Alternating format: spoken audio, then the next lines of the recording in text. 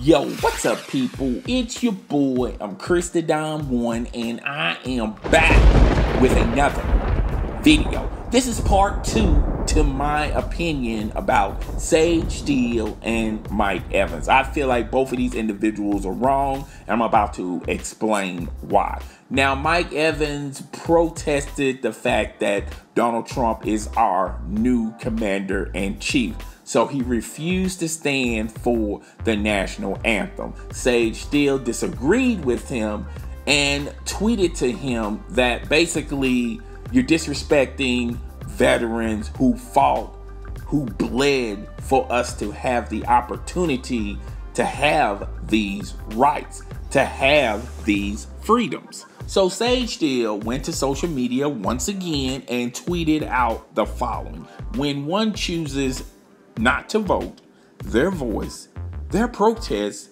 tends to fall on deaf ears.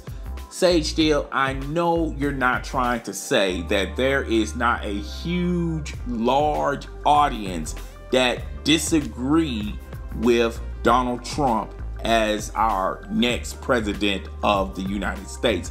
And Miss Sage Steele, I know you're not trying to say or imply that there is also not a huge growing audience that suggests that neither Donald Trump or Hillary Clinton would have made a great president. So I know you're not trying to say there's no huge audience for that. So your recent tweet saying that their voice, their protest falls on deaf ears is a useless tweet, because there is an audience out there entertaining these two notions. Now, Mike Evans do have the right as an individual to vote for a Republican, a Democrat, or an independent, or simply not vote. He does have that right.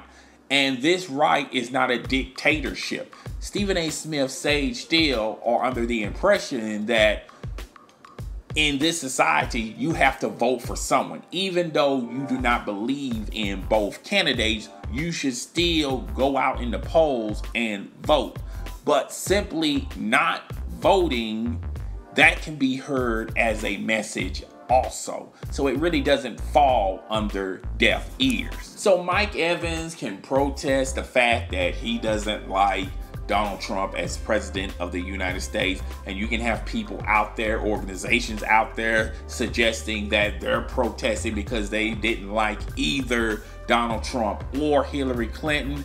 You do have the right to protest, no matter how ridiculous it may look to society or how important it looks to society. You do have the right and the freedom to do that. You can protest things from laws and bills, Black Lives Matter, domestic violence. Hell, you can even protest that you like chocolate chips over butterscotch chips, okay?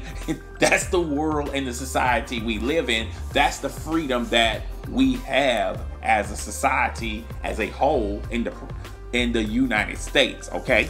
Now, to sum this up and to wrap this up, I feel like both of these individuals are totally wrong.